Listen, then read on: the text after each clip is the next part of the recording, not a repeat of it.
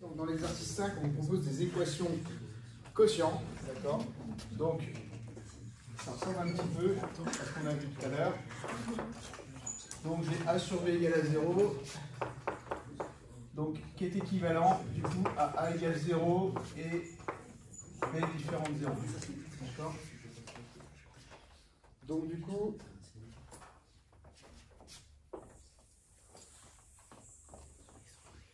voilà. Donc là, la différence avec tout à l'heure, c'est que là, ici, effectivement, il faut s'assurer que le dénominateur est différent de 0, sinon on n'a pas le droit. Donc si vous trouvez des solutions en résolvant B égale 0, vous n'avez pas le droit de les mettre dans l'ensemble de solutions. D'accord?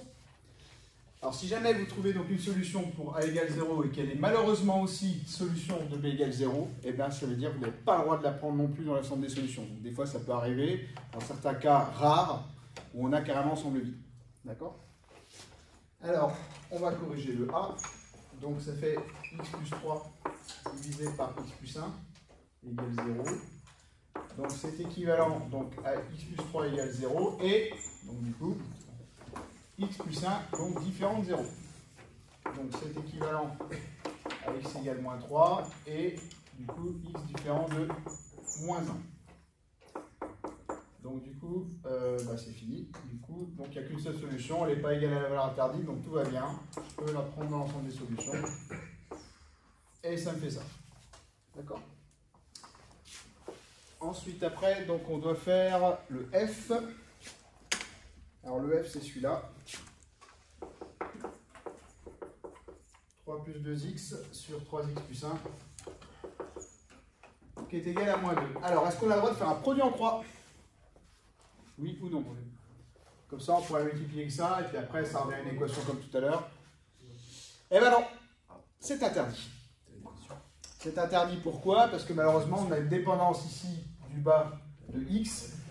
Et malheureusement, si jamais en bas ça s'annule, du coup vous avez une valeur interdite. Si jamais vous faites le produit en croix, cette valeur interdite, vous la passez sous silence. Et vous n'avez pas le droit. D'accord? Donc là, la seule chose à faire quand on a une équation comme ça, il faut absolument passer donc, le moins 2 de l'autre côté. Donc de cette manière-là. Donc ça, du coup, ça vous fait plus 2, donc qui est égal à 0. Et là, du coup, vous n'avez pas d'autre choix que de faire un dénominateur commun.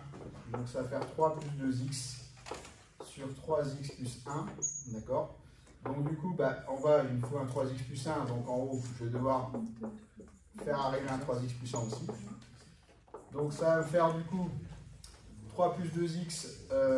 Alors ça va faire 3 plus 2x. Ensuite, 2 fois 3, 6x. 2 fois 1 plus 2, donc divisé par 3x plus 1. Donc tout ça égale à 0. Donc là, du coup, ça me fait 8x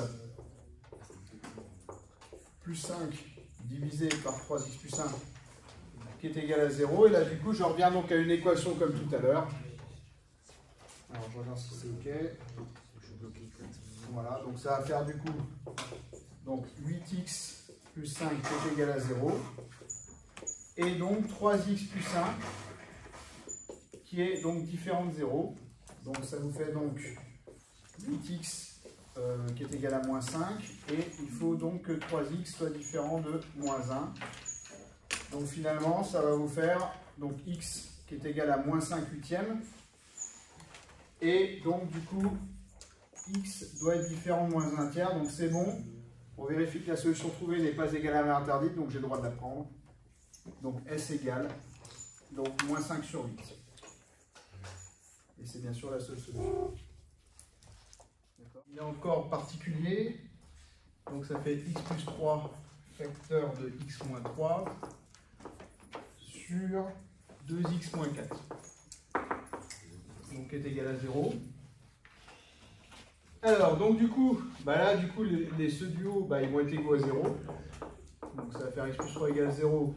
Ou bien x moins 3 égale 0, et attention, le dénominateur qui lui n'a pas le droit de s'annuler, et donc 2x moins 4 différent de 0.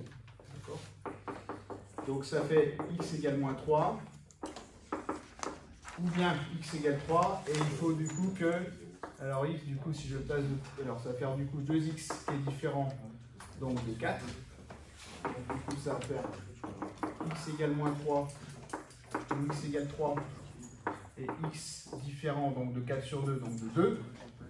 Donc c'est bon, les deux solutions ne sont pas égales à la valeur interdite, donc j'ai le droit de les prendre. Donc ça vous fait moins 3 et 3. D'accord? Voilà. Et puis donc du coup le h, le dernier. Alors le h du coup, c'est ce truc-là. Alors, donc pour le h, alors donc on doit résoudre 1 sur 4x moins 1 qui est égal à 3. Donc là c'est pareil que tout à l'heure, le produit en croix complètement interdit, d'accord, parce que malheureusement on a du x au dénominateur, donc on risque d'avoir des valeurs interdites. Donc du coup on y va. Donc ça fait 1 sur 4x moins 1 moins 3 qui est égal à 0. Donc c'est équivalent du coup, donc là c'est pareil, on va faire un dénominateur commun comme tout à l'heure. Donc ça va faire 4x moins 1, 3 facteurs de 4x moins 1 du coup là, d'accord. On met tout ensemble, donc ça va faire 1 moins 3 facteur de 4x moins 1 divisé par 4x moins 1 égale 0. Donc ça va faire 1 moins 12x plus 3 sur 4x moins 1 qui est égal à 0. Donc ça va faire moins 12x plus 4 divisé par 4x moins 1 donc qui est égal à 0. Et du coup, je vais passer ici. Alors, du coup, donc ça nous fait moins 12x plus 4 qui est égal à 0 et 4x moins 1 qui est différent de 0. D'accord? Donc ça nous fait moins 12x égale moins 4 et donc 4x qui est différent de 1. Donc ça va faire x, donc moins 4 sur 12, moins 12, et donc x différent de 1 quart. Donc du coup, ça nous fait donc x égale 1 tiers finalement, et x différent de 1 quart. Donc du coup c'est bon, la solution n'est pas égale à la valeur interdite, donc on la prend. Donc ça fait 1 tiers. Voilà.